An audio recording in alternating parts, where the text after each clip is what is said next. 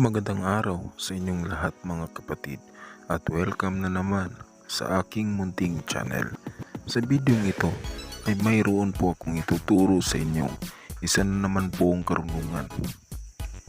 At ang karunungan pong ito mga kapatid ay pampakunat po ng balat. Hindi po kayo masusugatan ng anumang mga bala at patalim. Pero bago po ang lahat, kung ngayon ka palang napadaan sa aking munting channel ay mag-subscribe ka na at pindutin ang inyong notification bell.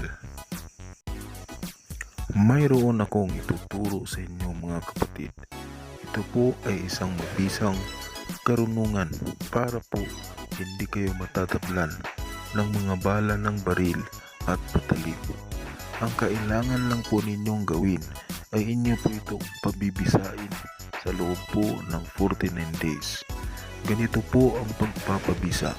Magdasal po kayo ng isang Ama Namin, isang Apaginong Maria at isang sumasampalataya at isunod po ninyo ang mahiwagang salitang ito ng 3 ulit at hipan po ang inyong sarili.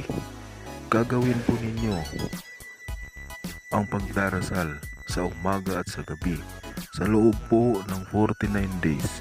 Sisimulan po ninyo sa araw ng Biyernes hanggang sa makumpleto po ninyo ang 49 days na wala pong patlang.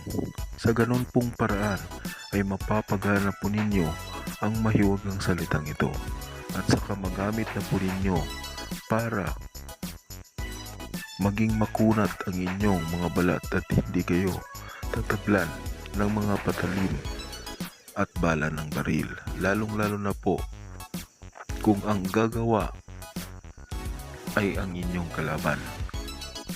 Madali lamang po itong pabisain mga kapatid at madali lang po itong dasalin sapagkat 3 words lang po ito.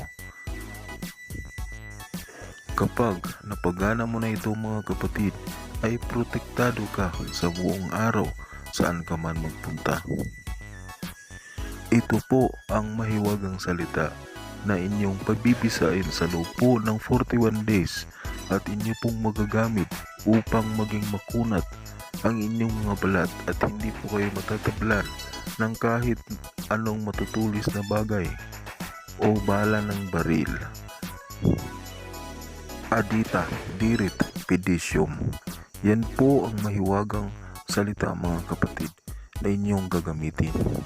At syempre, kapag gamit po ninyo ang mahiwagang salitang ito, ay huwag pong gamitin ito sa kasamaan sapagkat kung gagamitin po ninyo ito sa kasamaan, tsak po hindi po ito gagana at mapapahama ka lamang. Gamitin po lagi sa kabutihan ang mga karunungan sapagkat ganoon pong paraan ay mapapagana po ninyo, pagbibigyan po kayo ng bisa ng Diyos. Dahil alam po niya kung saan mo ito gagamitin. Siya po ang magpapasya kung pagkakalooban ka ng bisa nito.